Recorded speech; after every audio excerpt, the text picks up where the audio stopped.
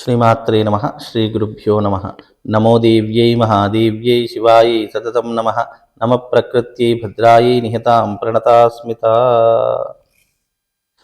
చాలామంది జ్యోతిష్యము అనేటటువంటి దాని గురించి, అలాగే ఈ మధ్యన వచ్చినటువంటి కొన్ని వ్యాఖ్యల గురించి చాలామంది నన్ను ఫోన్లు చేసి మెసేజ్లు పెట్టి అడుగుతున్నారు.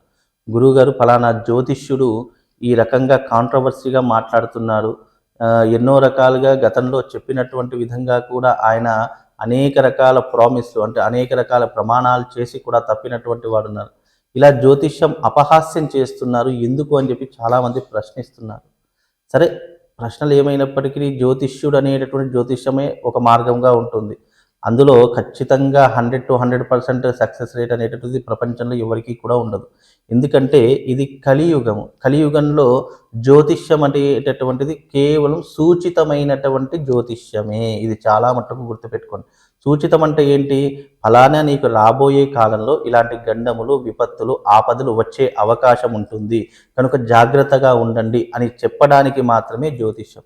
ఈ మధ్యకాలంలో వేణుస్వామి గారు ఒక విషయంలో చాలా ట్రోలింగ్లు ఎదుర్కొంటున్నారు. అది సినిమా రంగానికి చెందినటువంటి ప్రముఖ నాగ చైతన్య, ధూళిపాల శోభిత గారి యొక్క జాతకం చెప్పి చాలా మట్టుకు విమర్శ పొందినటువంటి వారైనారు.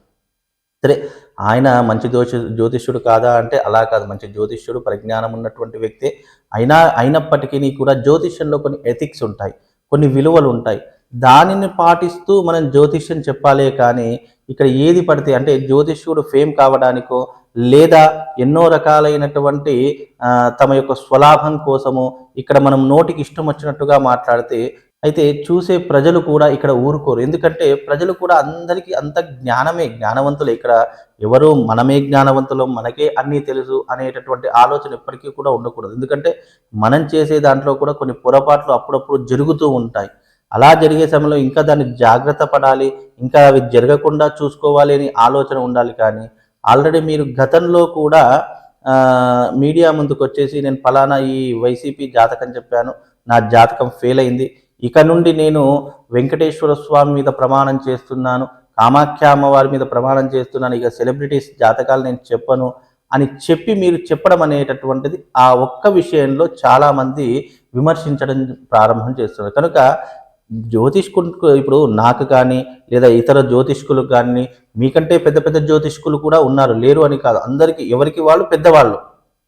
మీరు పెద్దవాళ్ళు, వేరే వాళ్ళకు పెద్దవాళ్ళు, ఎవరి పెద్దరికం వాళ్ళకు ఉంటుంది. కానీ ఒక జ్యోతిష్యం అనేటటువంటిది అడగకుండా చెప్పడము, అనవసరంగా విడిపోతారు, నీకు ప్రాణగండం ఉంది, నీకు ఈ అపాయం ఉంది, లేదా నీకు ఏలినాటి శని ప్రభావం వల్ల నువ్వు అతపాతాళానికి పోతావు అనే కొన్ని విషయాలు మీరు చెప్పేటటువంటి ఏవైతే సూచనలు ఉన్నాయో అవి చాలామందికి కొన్ని ఇబ్బందికరంగా అనిపిస్తాయి.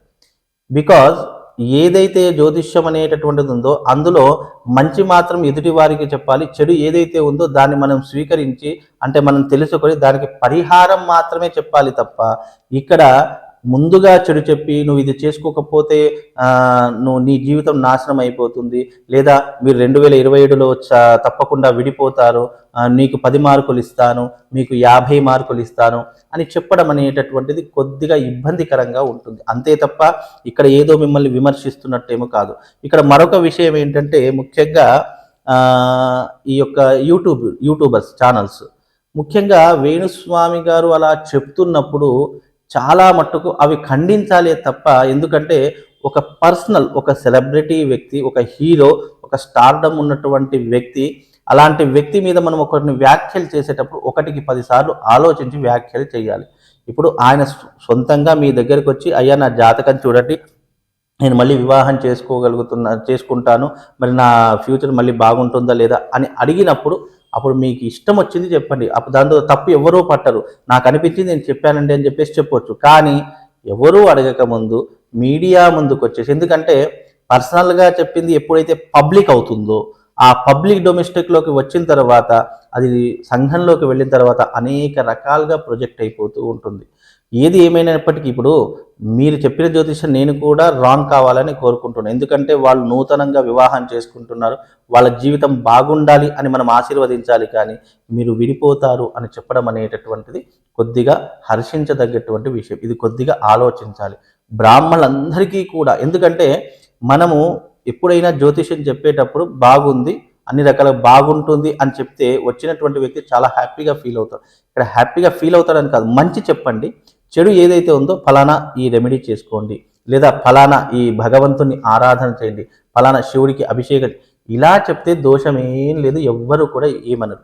కానీ అనవసరంగా భయపెట్టేసి అనవసరంగా ఏదో జరుగుతుంది అని చెప్పి వాళ్ళకు జరగక ముందే అయ్యో ఈయన చెప్పారు నిజంగానే అవుతుందేమో అని వాళ్ళ దాంట్లో మైండ్లో స్టెరైజ్ ఎక్కించినట్టు వాళ్ళ మైండ్లో ఫిక్స్ చేసేలా చెప్పినట్టయితే అక్కడ ఏమవుతుంది, మనం చూసే జనాలు కానీ అభిమానులు కానీ చాలా మట్టుకు విమర్శిస్తారు.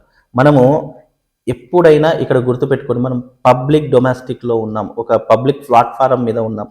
అలా ఉన్నప్పుడు నాలుక అనేటటువంటిది మాట్లాడేటప్పుడు ఎవరికి ఇబ్బంది కలగకుండా మాట్లాడాలి. అలా ఇప్పుడు ఫేమ్ కావడానికో మనం సెలబ్రిటీ స్టేటస్ రావడానికో దానికి ఎన్నో మార్గాలు ఉన్నాయి.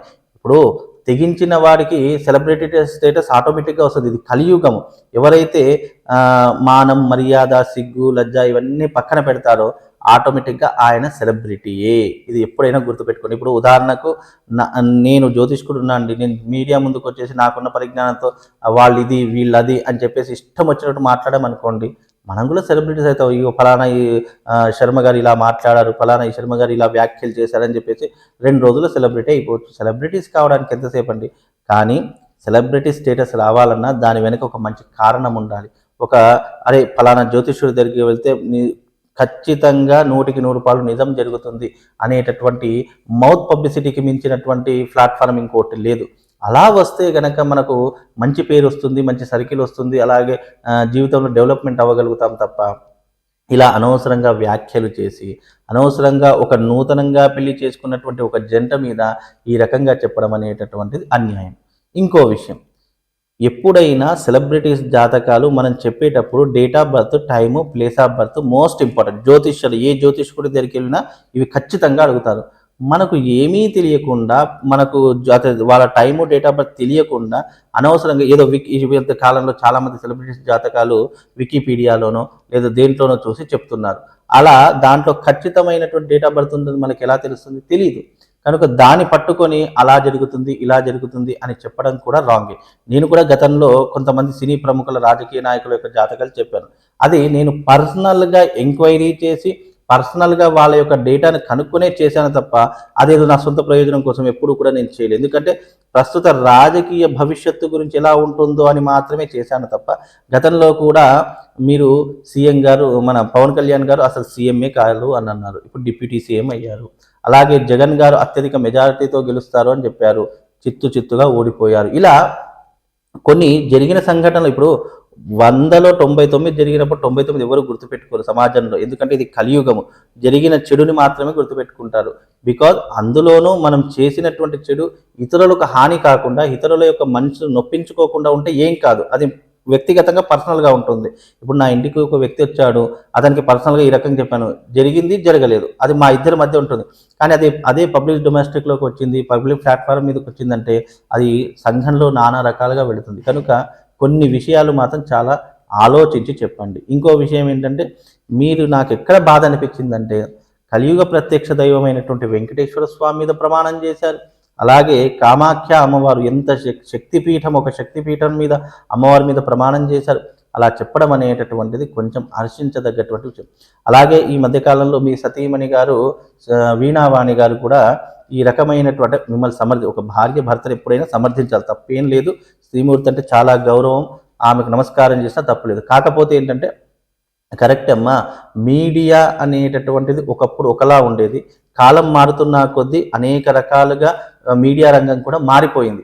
మనం చిన్నప్పుడు ఉన్నట్టే ఇప్పుడు ఉంటాము అంటే కుదరదు కదా. నేను ఒక 10 సంవత్సరాల ముందు ఎలా ఉన్నాను ఇప్పుడు కూడా అలాగే ఉంటానంటే కుదరదు కదా. కాలముతో పాటు అన్నీ మారుతాయి. టెక్నాలజీ మారుతుంది, మీడియా మారుతుంది, పబ్లిక్ ప్లాట్ఫారమ్స్ మారుతాయి, అన్ని రకాలుగా మారిపోతాయి. ఇక్కడ మీ భర్త చేసినటువంటి తప్పు ఏంటి అంటే గనక, మీ భర్త 100 మందికి జాతకాలు చెప్పనివ్వండి, 10,000 కాదు 20,000 తీసుకోమండి, తప్పేం లేదు. కాకపోతే వ్యక్తిగత జ్యోతిష్యం అనేటటువంటి చెప్పడం అన్యాయం. నీ దగ్గరికి వచ్చి చెప్పించుకున్నాడంటే పర్వాలేదు. కానీ ఎప్పుడైతే మీరు ఈ పబ్లిక్ ప్లాట్ఫామ్కి వచ్చి నా భర్త చేసిన తప్పు కాదు అని అన్నారో అది కొద్దిగా ఇబ్బందికరంగా విషయం ఉందో అవన్నీ కూడా మేము చాలా మట్టుకు చూసాం. మీ మీద కూడా అభిమానం ఉంది, కానీ ఈ రకంగా సమర్థించం. ఇప్పుడు యూట్యూబర్స్ ఓకే తప్పు, కానీ మనం మనకంటూ మన నాలుక ఉంది కదా, మనం కంట్రోల్‌లో పెట్టుకోవడం అనేటటువంటిది కూడా ఉంటుంది కదా! అది కొద్దిగా చూసుకొని మీరు ఆలోచిస్తే గనక బాగుంటుంది. అంతేగాని ఇదేదో విమర్శించడానికో, లేదా జ్యోతిష్యం ఎలా చెప్పాలో చెప్పేంత పెద్దవాడినేమైతే కాదు. ఎందుకంటే ఆయన కూడా ఒక జ్యోతిష్యుడే కాబట్టి ఏ రకంగా చెప్పాలి, కొన్ని ఎథిక్స్, విలువలనేటటువంటివి పాటించమని చెప్పండి సరిపోతుందమ్మా. అంతకంటే ఎక్కువ చెప్పేదేం లేదు. కాబట్టి శ్రీమాత్రే నమః. శ్రీ గురుభ్యో నమః.